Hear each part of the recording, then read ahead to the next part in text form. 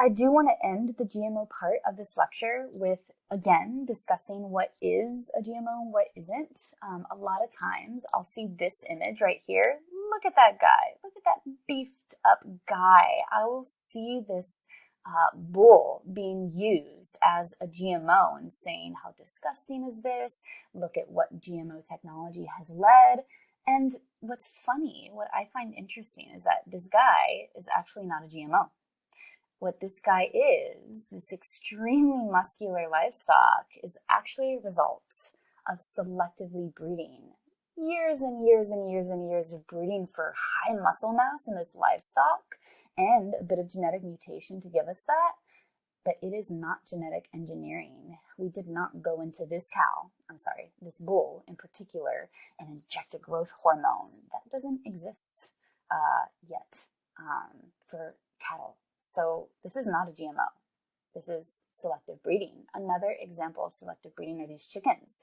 We can see that high muscle mass, that large difference with the number of days. Here's some chicken. I'll go ahead and go over here towards the end. The chicken from 1957. We can see how much meat that guy's going to produce. Well, look at the chicken today. Look at how much meat that guy produces in 2001. That's selectively breeding these chicken for that high muscle mass concentration.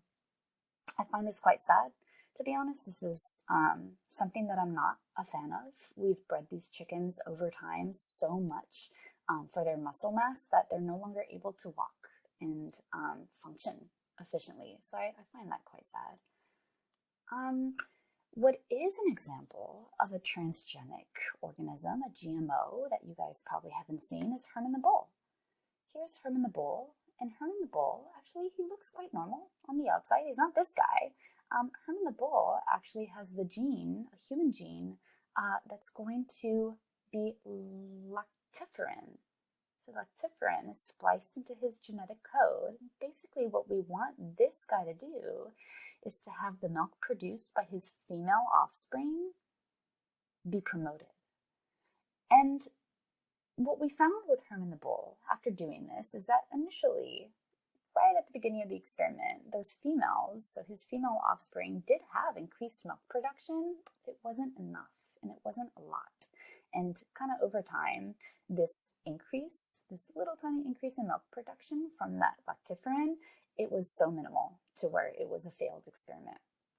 So Herman the Bull is an example of a GMO.